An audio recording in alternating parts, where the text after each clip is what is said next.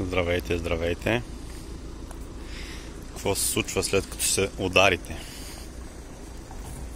Почвате да търсите четвърт автомобил, половин автомобил и така нататък. Зависи точно какво ви трябва. Ето един конкретен пример. Корен е изрязан, вземат за друг автомобил.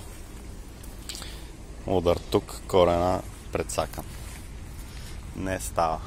Тук по същия начин. Подточковите заварки се разшива, взима се от донори и се слага там, където трябва. А и такива ударени, изгорели, просто седят за части. Кой на каквото му трябва.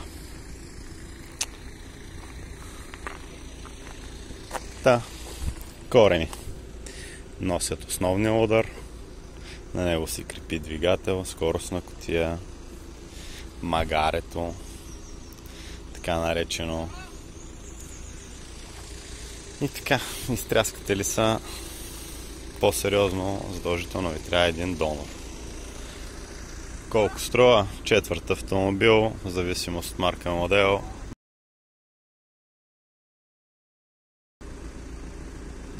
Айде, и дано не ви трябва.